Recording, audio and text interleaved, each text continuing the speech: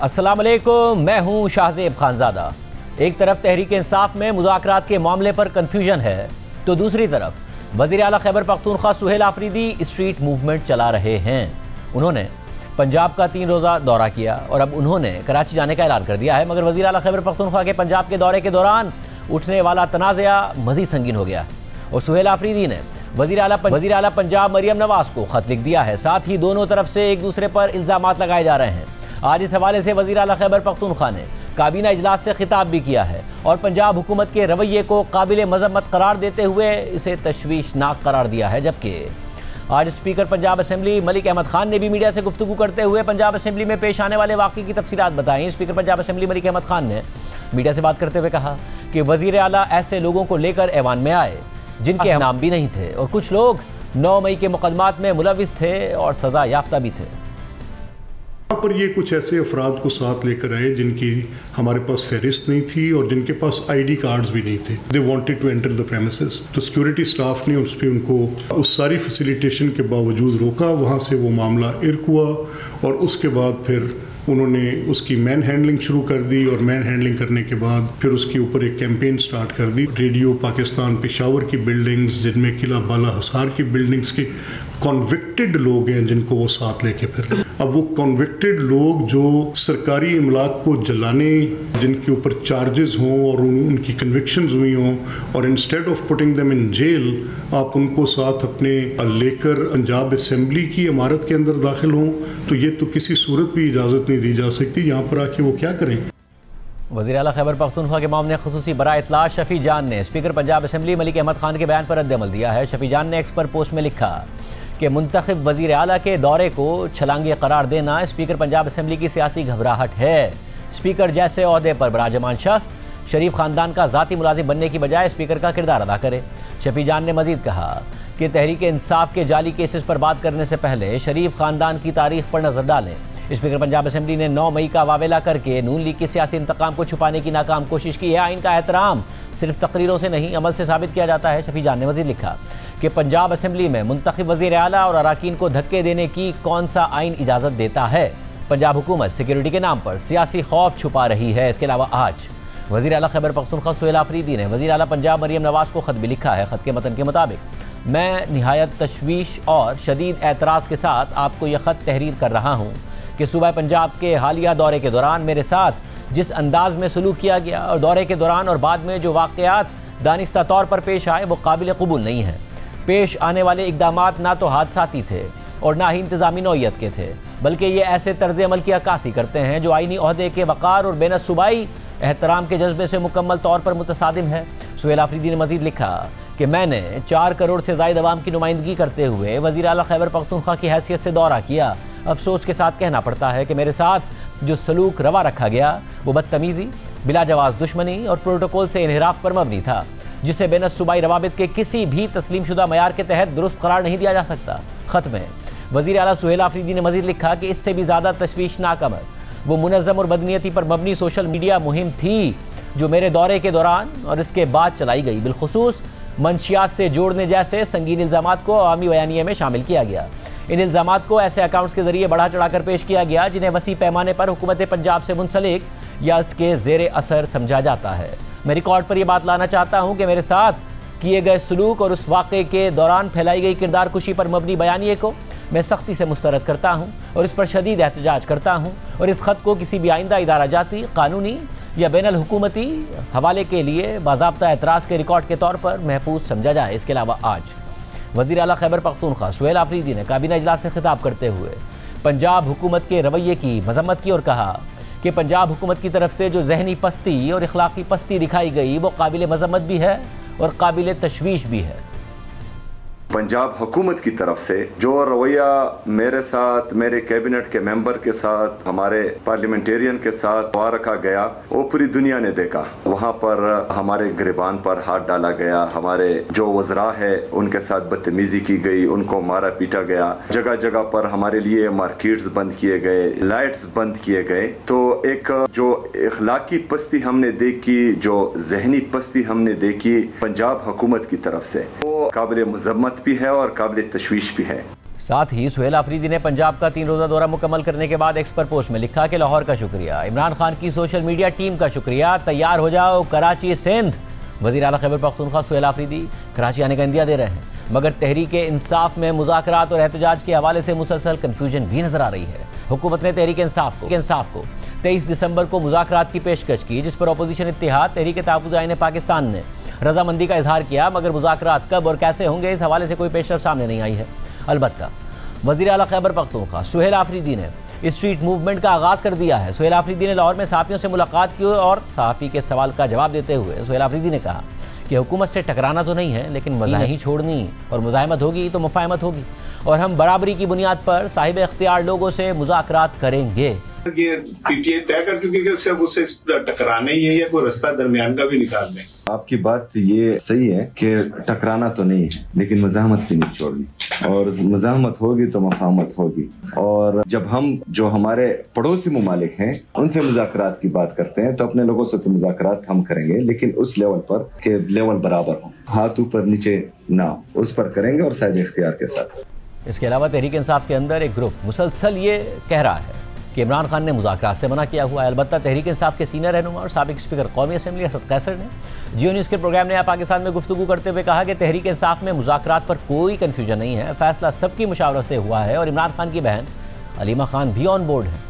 कोई कंफ्यूजन नहीं है, और जो भी हमने बयानिया दिया है ये सबसे मशावरत है। इस पर पीटीआई की तमाम लीडरशिप के साथ मशावरत की गई थी। ऐसा तो मुमकिन नहीं है कि पीटीआई एक मशावरत में ना और अलायंस जो है ना कोई दूसरी बात करे। शफीउल्लाह जान साहब जो कि इंफॉर्मेशन मिनिस्टर की हैसियत रखते हैं केपी में, उन्होंने कहा कि पीटीआई कोई मुज़ाकरात नहीं कर रही, सिर्फ इमरान खान ने कहा है कि महमूद खान अचकज़ई साहब मुज़ाकरात करेंगे और तहरीक तहफ़्फ़ुज़ आईन पाकिस्तान बेशक मुज़ाकरात करे जिसमें आप भी हैं, लेकिन पीटीआई मुज़ाकरात नहीं करेगी। ये क्या कंफ्यूजन? जो बात करता हूँ वो पॉलिसी समझो, वो पीटीआई की भी पॉलिसी समझो, वो अलायंस की भी पॉलिसी समझो। क्या अलीमा खान साहबा बहनें भी अब ऑन बोर्ड है कि हाँ मुज़ाकरात कर रहे हैं हुकूमत से? बिल्कुल ऑन बोर्ड है। चकज़ई साहब ने उनको मुशावरत में शामिल किया और वो ऑन बोर्ड है।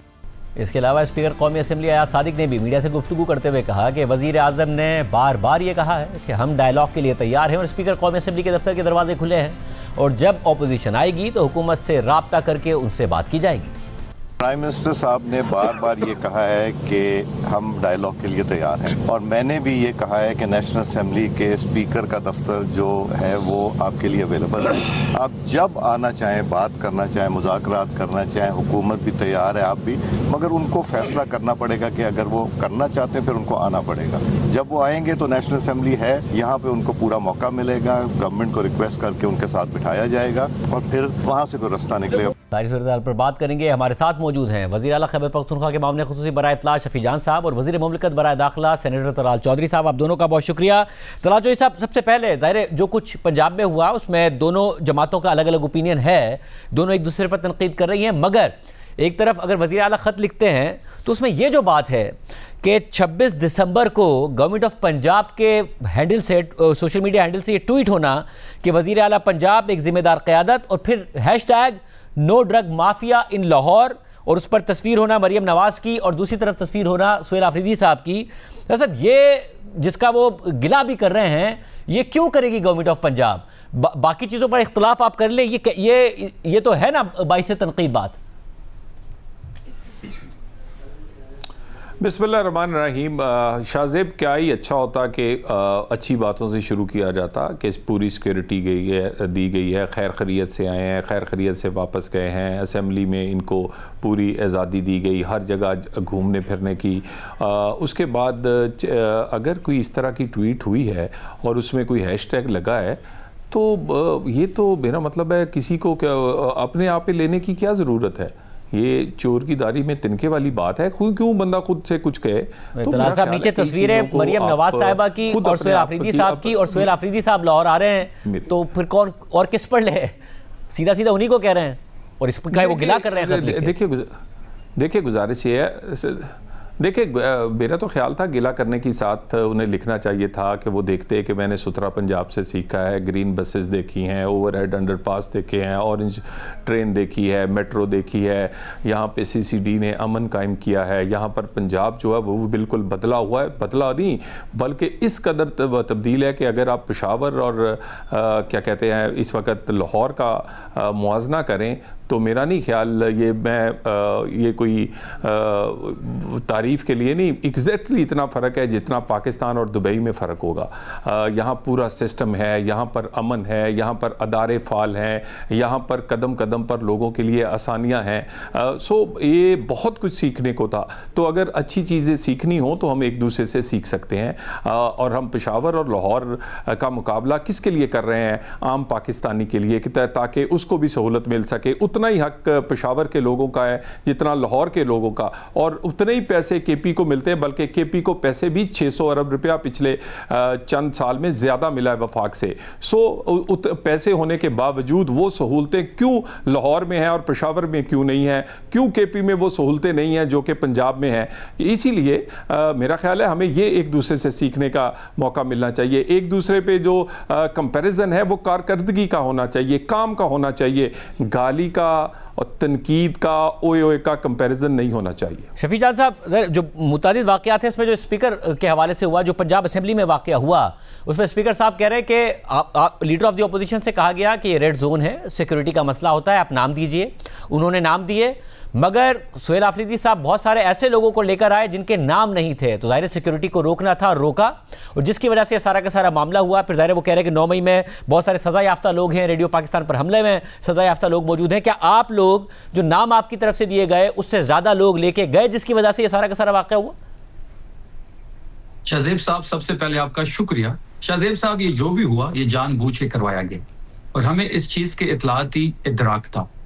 जिस बात की तरफ आपका इशारा है असम्बली का और स्पीकर का, जो आज एक प्रेस कॉन्फ्रेंस भी उन्होंने की, जिस प्रेस कॉन्फ्रेंस से हमें यह तासुर मिला कि मलक अहमद खान जो है वो शरीफ फैमिली के ज़ाती मुलाजिम है, वो स्पीकर के फाइज पे, ओहदे पे, मनसब पे फाइज नहीं है, क्योंकि स्पीकर का जो रोल होता है वो न्यूट्रल होता है। ये हमारे खैबर पख्तूनख्वा के स्पीकर से कुछ सीखे। जहां तक लिस्ट की बात है शाहजेब साहब, मैं खुद इस बात का गवाह हूं कि इन्होंने हमें असेंबली के गेट से 500 मीटर दूर हमारी गाड़ियां खड़ी की, सिर्फ सीएम साहब की गाड़ी अंदर गई, बाकी जितने भी कैबिनेट मेंबर्स थे, जो पार्लियामेंट हमारे एमपीएस थे, वो पैदल चल के गए। मेन गेट पे एक लिस्ट थी, इनके पास थी, लिस्ट इनको प्रोवाइड की गई थी। उसके बाद एक और हर्डल थी, उस पर वहां भी लिस्ट थी। जब ये हमारी गाड़ियां 500 मीटर दूर खड़ी कर सकते थे तो लिस्ट भी इनके पास थी, उन लोगों को आने देते जिनका नाम लिस्ट में था, क्योंकि एक सियासी सीएम है, वो वजीर आला है, उसके साथ एक लोग मूव करते हैं, इसमें वर्कर्स भी होते हैं, उसमें ओहदेदार भी होते हैं, तो वो इनका काम था, इनकी जिम्मेदारी थी कि वो जिन लिस्ट में लोगों के नाम ना होते उनको मेन गेट से अंदर ही नहीं आने देता।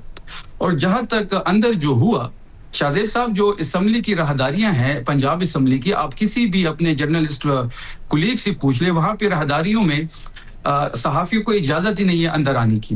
इन्होंने जानबूझ के 9 लोगों को अंदर जाने दिया। उन 9 लोगों के नाम भी हमारे पास हैं। उन लोगों के पास एक जैसे सवालात थे, व्हाट्सएप के थ्रू आए या उनको बैठा की ब्रीफिंग दी गई। तो ये जो भी हुआ, जो भी सिनेरियो क्रिएट किया गया, जिस तरीके से मैन हैंडलिंग हुई, ये पंजाब हुकूमत ने जानबूझ के किया। मगर जो तलाल साहब कह रहे हैं कि मुकम्मल सिक्योरिटी और मुकम्मल प्रोटोकॉल दिया गया था जो एक वजीर आला को दिया जाना चाहिए सुहेल आफरीदी साहब को, कोई सिक्योरिटी हमें नहीं दी गई सिवाय 2 मोबाइल गाड़ियों के।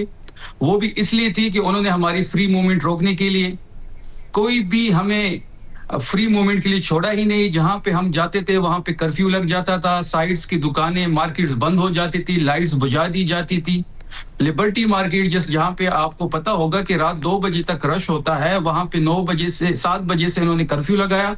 9 बजे जब हम वहां पे पहुंचे, वहां की फुटेज मेरे ट्विटर अकाउंट पे पड़ी हुए हैं, चारों अतराफ से इन्होंने इसको ब्लॉक किया हुआ था। ये जो अलमबरदार बनी हुए हैं, मसीह बरादरी का क्रिसमस का त्यौहार था, जो माइनॉरिटी की तकरीर आपने मोहतरमा की सुनी होगी, उन्होंने क्या किया है कि वहां पे जो मसीह बरादरी थी उन लोगों को उठा के प्रिजन वैन में बंद किया।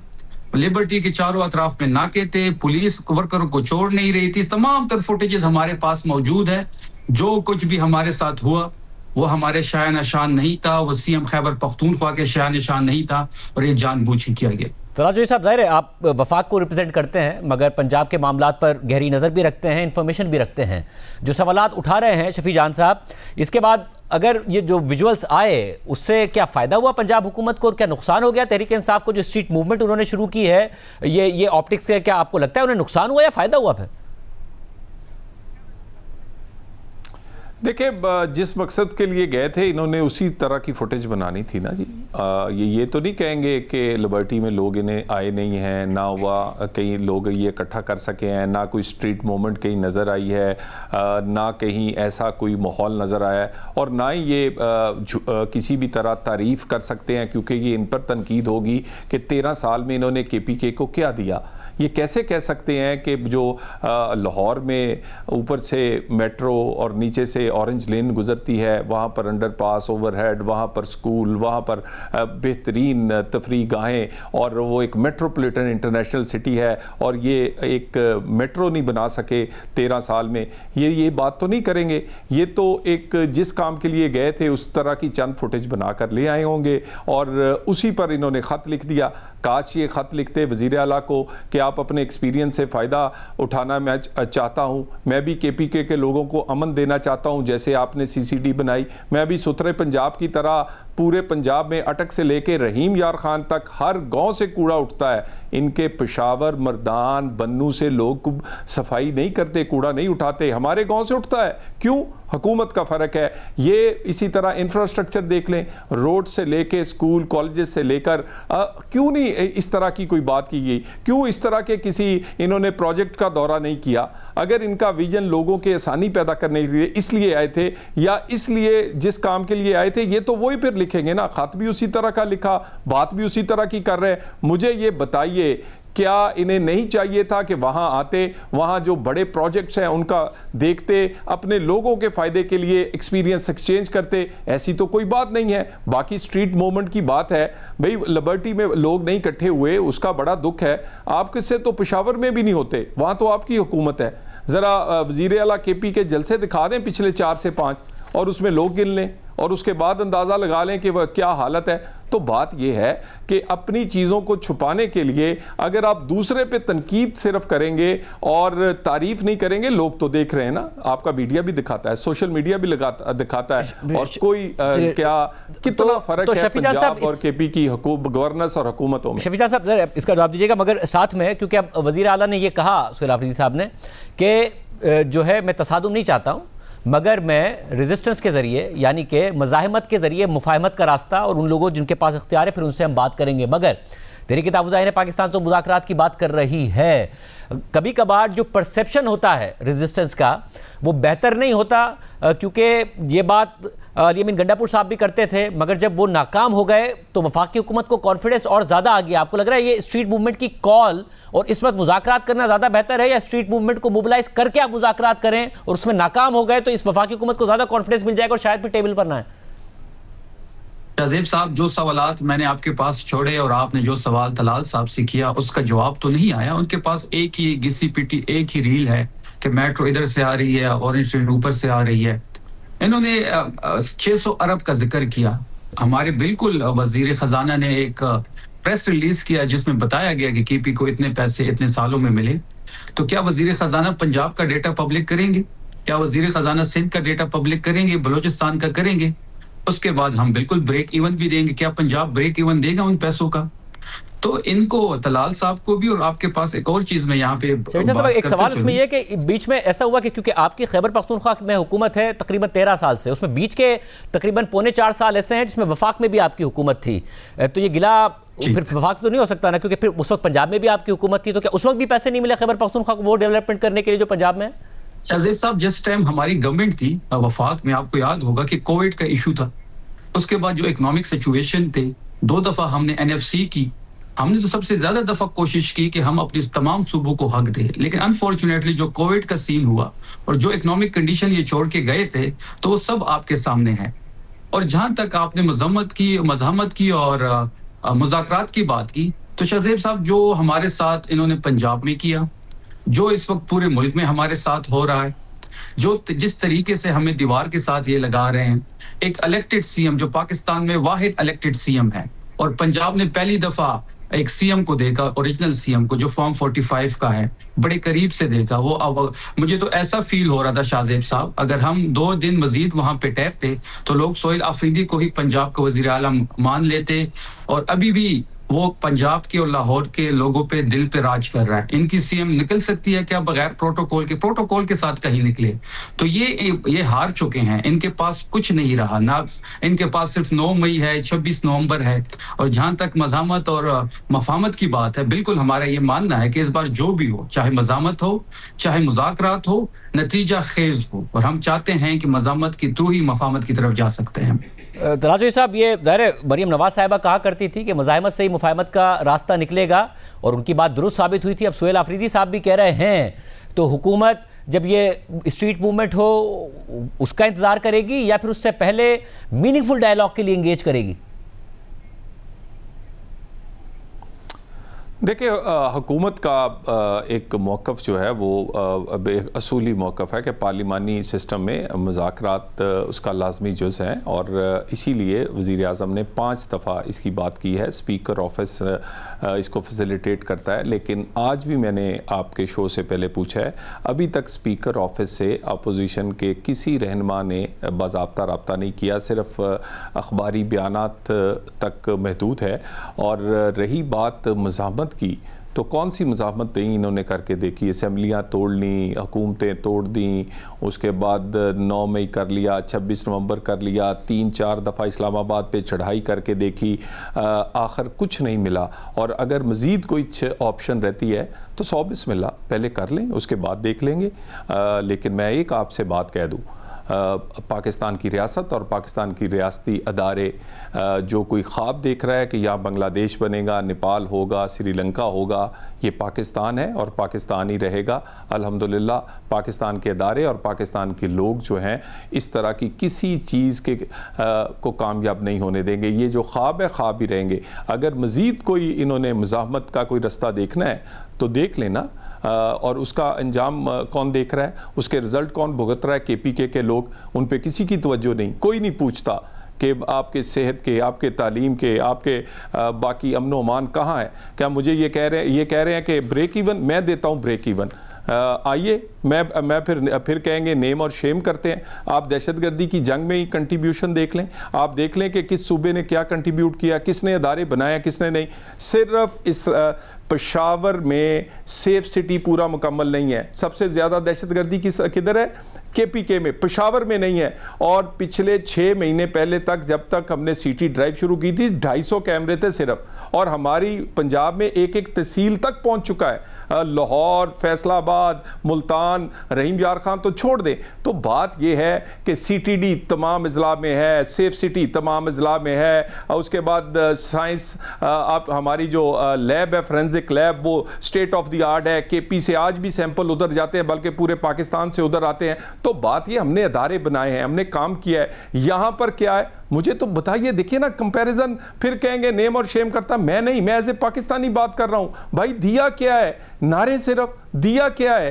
एक इस तरह की कि हम बहुत महरूम हैं। भाई महरूम आपने किया है KP को, क्यों आप आगे काम नहीं करते? क्यों आप काम और कारकर्दगी पर बात ही नहीं आने देते? यही एक इनकलाब, तब्दीली, मज़ाहमत, और उस तरफ बात यह है, अगर मज़ीद मज़ाहमत कोई करके देखनी है इस्तीफ़ों के बाद, असेंबलियाँ तोड़ने के बाद, वज़ीर आला बदलने के बाद, या 26 नवंबर के बाद, तो वो भी करके देख लें।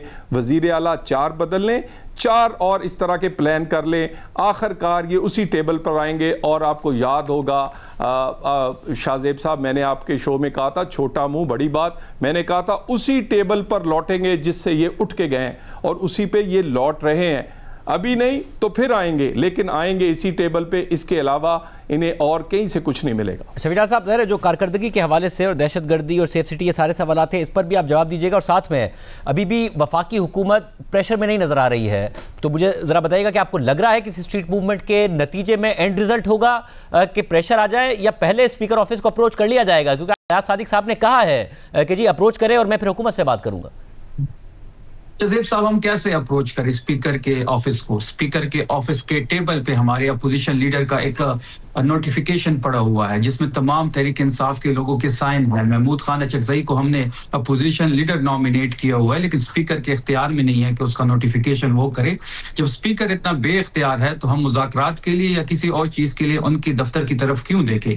तो ये बात बड़ी क्लियर है। और जहाँ तक बात हुई है सेफ सिटी की, तो सेफ सिटी बिल्कुल इस वक्त हमारे आज भी हमारी कैबिनेट की मीटिंग थी, 3200 मिलियन का ग्रांट दे दिया गया है, 80% पेशावर में तकरीबन हम कंप्लीट कर चुके हैं। और जहां तक डेटा की बात है, ये मैं इनको चैलेंज कर रहा हूं कि पंजाब का डेटा पब्लिक करे।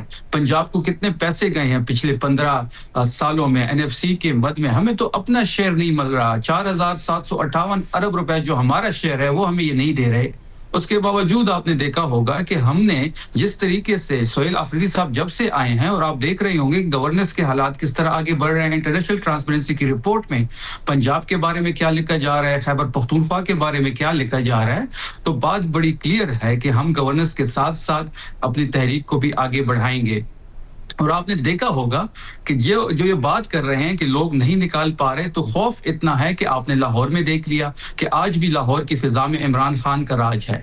जिस तरीके से इन्होंने कर्फ्यू लगाया, 1000 लोगों को उठाया, 11 लोग हमारे गिरफ्तार हुए जो हमारे साथ गए, जिस तरीके से इन्होंने रेस्ट एरिया को सील किया, जिस तरीके से इन्होंने हमने शाहजेब साहब आगे बढ़ने के लिए मुझे सिर्फ फिर पार्टी का ये बता दीजिए, क्योंकि अब असद कैसर साहब कह रहे हैं कि जो बात मैं कर रहा हूं वो पार्टी का मौकफ है कि मुज़ाकरात के लिए मुकम्मल तौर पर और सेम पेज पर है तहरीक इंसाफ, और अलीमा खान साहिबा भी ऑन बोर्ड हैं। आपका और शेख वकास अकरम साहब का मौकफ अलग है। आप कहते हैं कि नहीं जी, इमरान खान नहीं ने कहा है कि ये महमूद खान अचकज़ई और ये लोग करेंगे, तहरीक इंसाफ नहीं मुज़ाकरात करेगी। एज ऑफ नाउ क्या पॉलिसी है कि जो भी करेंगे महमूद खान अचकज़ई साहब उस पर आप लोग भी ऑन बोर्ड है? अब शाहजेब साहब, प्रिंसिपली हम कुछ चीजों पे एग्री हैं। हम गैर मशरूत मुज़ाकरात कभी भी नहीं करेंगे। हमारे कुछ बुनियादी नुकात हैं जिसमें अचकज़ई साहब को भी ऑन बोर्ड लिया गया और वो भी प्रिंसिपली हमारे साथ एग्री कर रहे हैं।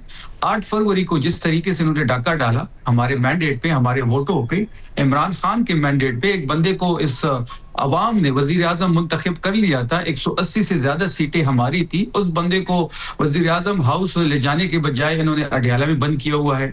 वो मैंडेट की वापसी पे बात होगी, नए इलेक्शन पे हम बात करेंगे, नई ईसीपी के अंडर होंगी और इमरान खान साहब तक रिसाई हमारी मुमकिन होगी तो ही मुज़ाकरात की तरफ बढ़ा जा सकता है। इसके अलावा गैर मशरूत मुज़ाकरात हम नहीं करेंगे। जी तराजुल साहब, गैर मशरूत मुज़ाकरात नहीं होंगे, यानी कि स्पीकर साहब की ऑफर या वज़ीर आज़म की ऑफर अपनी जगह पर ही रहेगी, तो बात फिर क्या तसादुम की तरफ जाएगी या वफाक खुद अप्रोच कर लेगा, इंगेज करेगा? तराजुल साहब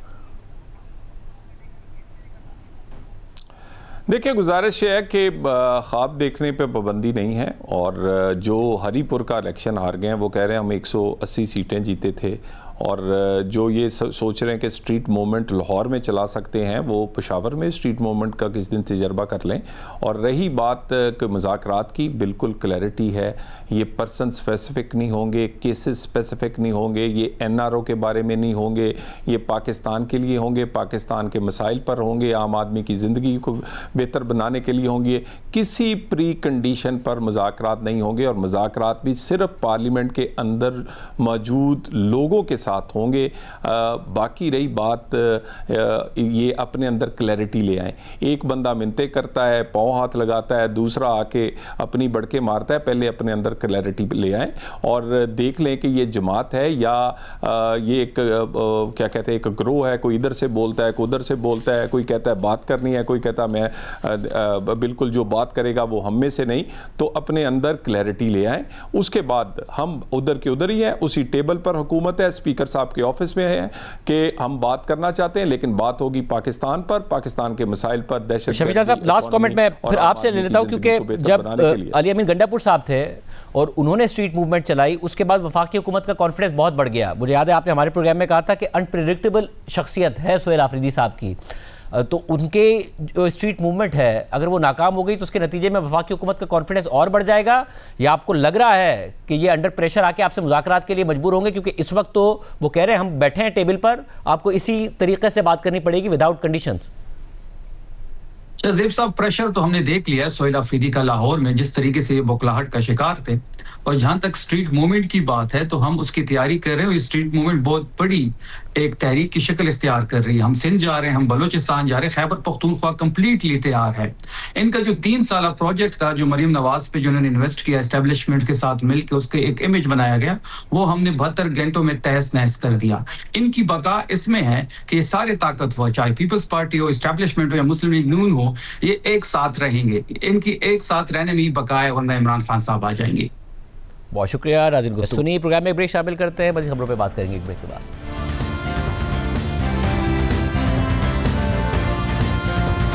तकरीबन 3 माह से जारी पाक अफगान कशीदगी के दौरान सरहदी झड़पों, तिजारती बंदिश और मुज़ाकरात की नाकामी समेत गैर मामूली वाक़यात और तल्ख बयानात के तबादलों के बाद अब कुछ मस्बत पैगामात का तबादला शुरू हो गया है। दोनों ममालिक की आला क़यादत मुज़ाकरात की तरफ दोबारा वापसी का इशारा दे रही है और ख़ास तौर पर अफगान तालिबान अवामी सतह पर पैगाम दे रहे हैं कि अफगान सरजमीन को किसी भी मुल्क के खिलाफ इस्तेमाल नहीं होने दिया जाएगा। अफगान मीडिया और साथियों के मुताबिक 25 दिसंबर को एक सरकारी तकरीब से खिताब करते हुए अफगान वज़ीर दाखिला सिराजुद्दीन हक्कानी ने कहा कि अफगानिस्तान किसी भी दूसरे मुल्क के लिए ख़तरा नहीं है और बातचीत के दरवाजे अब भी खुले हैं। हम कोशिश कर रहे हैं कि मनतकी और जायज़ तरीके से मसाइल का हल निकाला जाए और बातचीत के जरिए ही बदएतमादी या गलत फहमियों को दूर किया जाए। सिराजुद्दीन हक्कानी ने मजीद कहा कि अफगान तालिबान दोहा मुआहदे के तहत अपनी तमाम कमिटमेंट्स पर मुकम्मल अमल कर रहे हैं, ख़ासतौर पर उन कमिटमेंट्स पर जो अफगान सरजमीन को दूसरे ममालिक के खिलाफ इस्तेमाल होने से रोकने से मुताल्लिक हैं।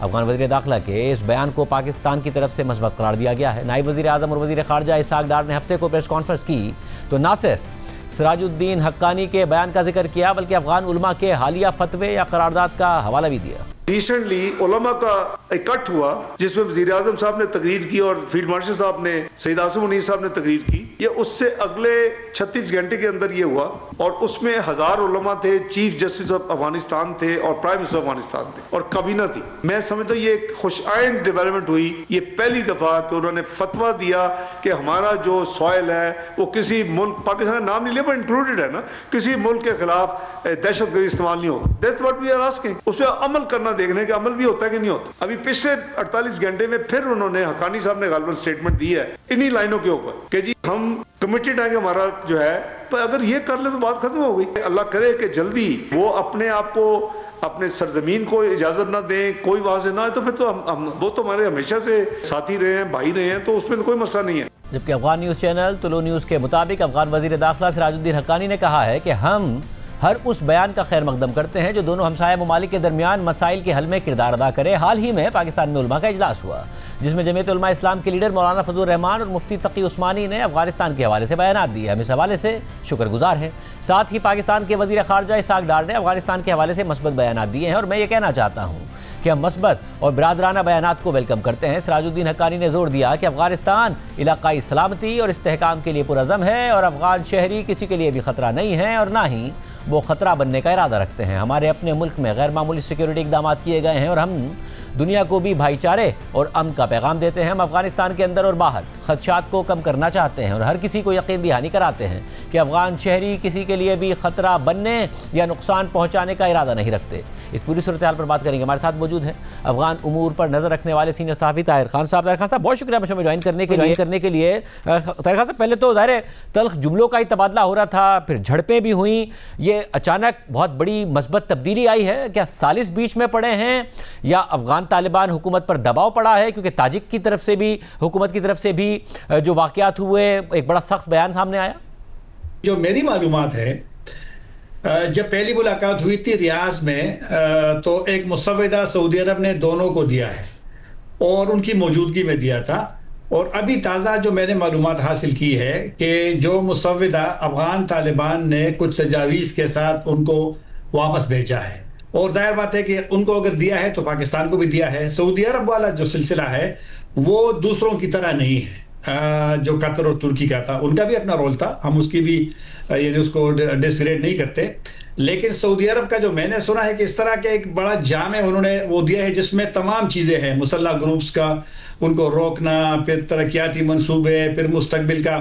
तो मुमकिन है, जो आपके सवाल का दूसरा हिस्सा, मुमकिन है कि ये जो सऊदी अरब का प्रोसेस है जो कि अभी ख़त्म नहीं हुआ, तो शायद कि ये बयानात जो आए हैं उलमा का जो अफगानिस्तान का सबसे पहले आया था, तो ये पाकिस्तान की ख्वाहिश भी थी कि वहाँ से एक फतवा आ जाए, और पाकिस्तान को जब तशवीश ज़्यादा बढ़ गई है कि अफगान पाकिस्तानी तालिबान के साथ मिलकर के यहाँ जो हमले करते हैं।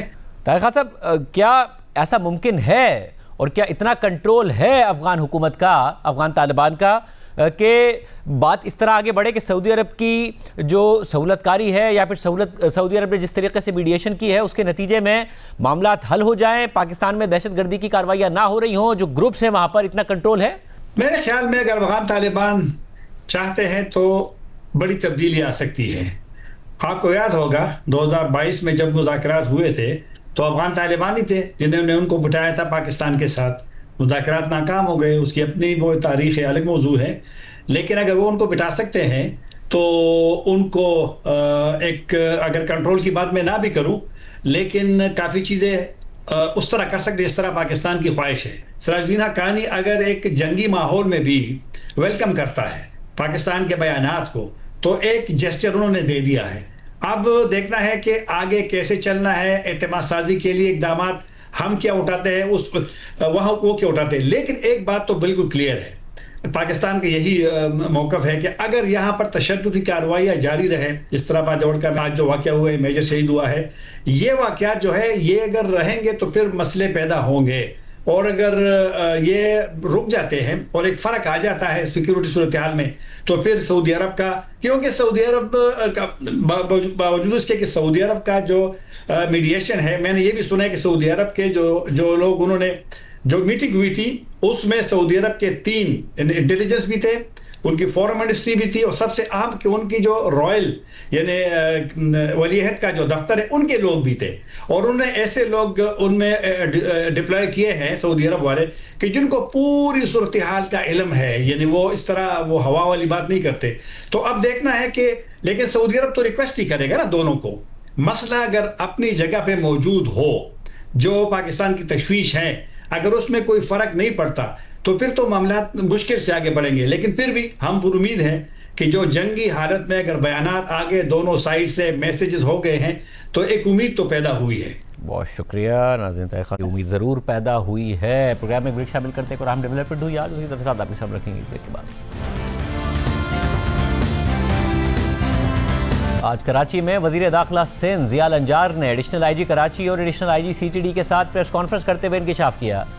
कराची में खुदकुश हमले के लिए लाई गई एक कम उम्र बच्ची को गिरफ्तार कर लिया गया है। प्रेस कॉन्फ्रेंस के दौरान बच्ची का वीडियो बयान भी दिखाया गया, जिसमें उस बच्ची ने बताया कि किस तरह सोशल मीडिया के जरिए उसका राब्ता ऐसे लोगों से हुआ जिन्होंने उसे खुदकुश हमले पर आमादा किया। ये मैं एक आम स्कूल की तालिब थी, मुझे पढ़ना अच्छा लगता था और मैं सोचती थी कि मैं एक दिन टीचर बनूंगी। मैं सोशल मीडिया इस्तेमाल करती थी और एक दिन मैंने सोशल मीडिया पर शायरी बलूच के वीडियोस देखी। मुझे समझ नहीं आ रहा था कि एक पढ़ी लिखी औरत जिसके बच्चे भी थे वो ऐसा कैसे कर सकती है। उसी तजस्सुस में मैंने और वीडियोस, गाने ये सब देखना शुरू कर दी। इसी दौरान इंस्टाग्राम पर एक शख्स से बात होने लगी। उसने एक किताब भेजी, वो किताब मैंने कई बार पढ़ी। ये उसने व्हाट्सएप पर एक ग्रुप में ऐड कर दिया। उस व्हाट्सएप ग्रुप में ऐसे वीडियोस थे जो BLA के आमों को दिखाया जाता था। वो कहता था कि अगर मैंने ये काम किया तो लोग मुझे भी शायरी बलूच की तरह याद रखेंगे। फिर मैंने घर से निकलने का फैसला कर लिया और घर वालों से टी पार्टी का बहाना बनाकर घर से निकली। संगीन मामला है और सोशल मीडिया के जरिए कम उम्र बच्चों की कमजोरियों से फायदा उठाकर उन्हें गैर कानूनी और गैर अखलाकी सरगर्मियों में शामिल करने की एक संगीन मिसाल भी है। और ये मसला सिर्फ पाकिस्तान तक महदूद नहीं है, बल्कि पूरी दुनिया के लिए एक बड़ा चैलेंज बन चुका है। मुख्तलिफ सोशल मीडिया और गेमिंग ऐप्स के ज़रिए बच्चों को गुमराह किया जाता है, ख़तरनाक सरगर्मियों में शामिल किया जाता है। इसी मसले के पेश नज़र कई ममालिक सोशल मीडिया के लिए सख्त कवानीन बनाने पर गौर कर रहे हैं। हाल ही में ऑस्ट्रेलिया ने 16 साल से कम उम्र बच्चों के लिए TikTok, x, Facebook, Instagram, YouTube, Snapchat और थ्रेड्स जैसे बड़े सोशल मीडिया प्लेटफॉर्म्स के इस्तेमाल पर पाबंदी आयद कर दी है। इस पाबंदी के तहत 16 साल से कम उम्र बच्चे ना तो नए सोशल मीडिया अकाउंट्स बना सकते हैं और ना ही उनके पहले से मौजूद अकाउंट्स फाल रहेंगे। बच्चों के सोशल मीडिया इस्तेमाल पर यह पाबंदी दुनिया में अपनी नौइयत की पहली मिसाल है, जिसे दीगर ममालिक भी बगौर देख रहे हैं। इस सारी सूरत हाल में यह मसला पाकिस्तान के लिए भी एक बड़ा चैलेंज बन चुका है, लेकिन इसे कैसे हल किया जाए, इस हवाले से अब तक वाज़ेह पॉलिसी नज़र नहीं आती। हुकूमत की तरफ से ये कहा जाना कि सोशल मीडिया कंपनीज हमारी बात नहीं मानती और मुकम्मल पाबंदी का इशारा देना मसले का हल नहीं है, क्योंकि माजी में यूट्यूब और एक्स जैसे प्लेटफॉर्म्स पर पाबंदी के बावजूद ऐसे मसाइल हल नहीं हुए। ऐसे पाबंदियों के बाद VPN के ज़रिए इन ऐप्स का इस्तेमाल मज़ीद बढ़ जाता है और वैसे भी ये पाबंदियाँ मसाइल हल करने से ज़्यादा आज़ादी इज़हार राय पर पाबंदी के मकसद के तहत नज़र आती है। ऐसे में ज़रूरत इस बात की है कि हुकूमत दीगर ममालिक के साथ मिलकर प्लेटफॉर्म्स को इंगेज करके मौसर रेगुलेशंस पर गौर करे, ताकि जहां बच्चों को महफूज रखा जा सके वहीं मुकम्मल पाबंदी के बाइस सोशल मीडिया के मस्बत फ़वाइद से भी महरूम ना होना पड़े। आज के प्रोग्राम में इतना ही, अल्लाह हाफ़िज़।